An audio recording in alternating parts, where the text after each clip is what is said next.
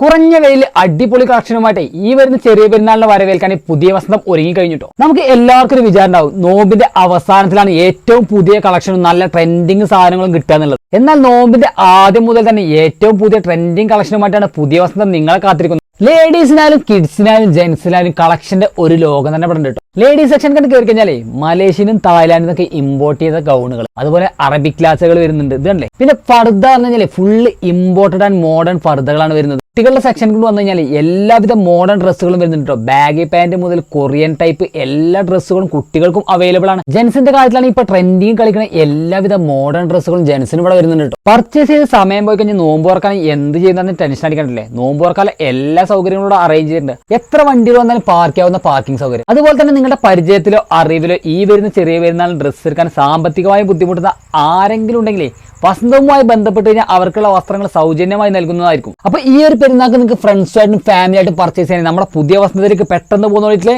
Okay, by.